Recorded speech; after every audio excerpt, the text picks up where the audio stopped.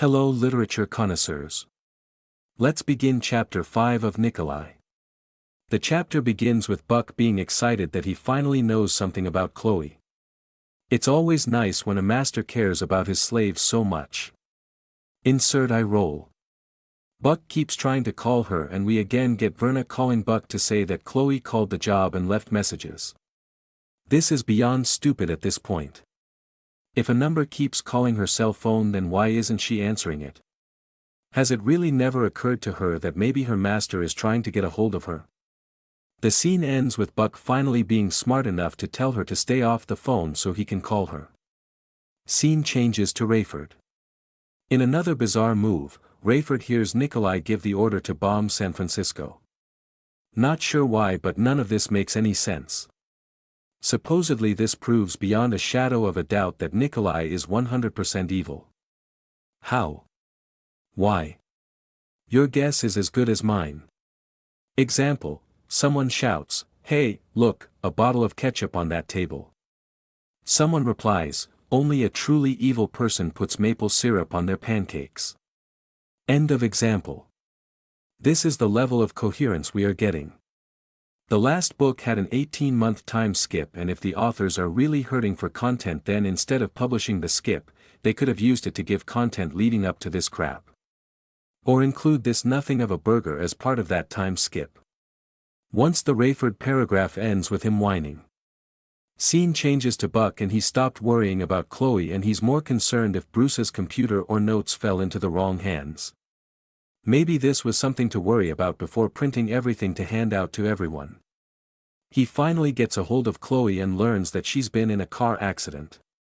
Even though she sounds weak and mentions that she was unconscious, Buck, like a good reporter, asks the most important questions, like, is the new Range Rover I bought okay? We get reminded that a police car had been chasing her, but she tried to drive up a tree after the bomb blast. The cop took off ignoring her as he rushed off somewhere, leaving her alone. Really odd behavior for a cop to rush off towards a bomb blast instead of using an excuse to check on a crazy, adult, child, slave that tried to drive up a tree. Somehow while unconscious she manages to turn off the car's headlights so no one can see her. She seems to be on the verge of passing out again as she hangs upside down in a car. Buck tries to get her to put on the headlights. This got dark pretty quick. I'm serious, in a mocking sort of way, when did it become night? This is the first we are hearing about this. The whole time it felt like daylight hours. Scene changes to Rayford and he pretends to be asleep as he listens to Nicolae make a lame joke about why he was not sitting as the plane took off. Nicolae states that he needs 3 people replaced. One was the UK representative. The other was the Egypt representative. Last was Hattie. Nicolae admits she was not smart enough for the job, he only wanted her for her body. We also learn that Rayford's old boss died like he said he would, but nothing to describe what happened. Was it the attack? Was it one of Nicolae's henchmen? Who knows? We can't be bothered by having things make sense. If they did, then no one would be a Christian. Scene changes to Buck. So he finds the Range Rover and yells for Chloe to turn off the lights. He doesn't want anyone to find them. What the fuck? His wife was in a car accident and Buck wants to make sure no one comes to help. As much as I'd like to see Chloe die, this is beyond stupid at this point. This book series should be its own college course on how not to write novels. Buck asks if she's bleeding and she says no and wants to get out of the car. Buck jokes about how he buys expensive cars and she ruins them the first day. I guess this is supposed to be more Christian humor, but what a horrible thing to say. Especially in this context. If these are the types of people that go to their Sky Daddy's mind control farm, it's another reason to not go. What horrible people to be stuck having around you while you are forced to worship their imaginary friend non-stop for all eternity. All the talk of supposed streets of gold and mansions that no one will ever be able to enjoy because you have to stand in front of their narcissist god and perform endless worship. That is supposed to pass as paradise.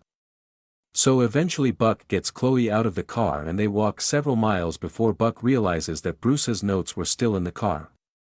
He wants to abandon his hurt wife for the cult materials left behind. Scene changes to Rayford. He takes a break from flying, although, every time scene changes to him he's usually resting or pretends to be sleeping. At this point I'm not sure why he's even needed. He watches the news channels playing out Nicolae attacking the rebels, and Rayford lets his cult mentality tell him that this fulfilled what the Bible says about the Red Horseman. We keep getting told that this is World War III, but this is anything but. Chloe calls and tells him everything is okay. As Rayford listens in to Carpathia, he hears part of a phone call from Buck to Nicolae. We get more nonsense as Nicolae wants Buck in New Babylon, but Buck says he needs to be in Israel for some reason. Nicolae confesses that he sees the logic in that. What logic is there? If Buck is the #1 reporter, then why is he not covering the story about the bombing in the places that were bombed so that the destruction can be reported? Why is he hiding in Israel? It probably has something to do with Sion and his family, but is the family of one former rabbi more important than World War III? This ends Chapter 5 of Nicolae. See you next time for Chapter 6.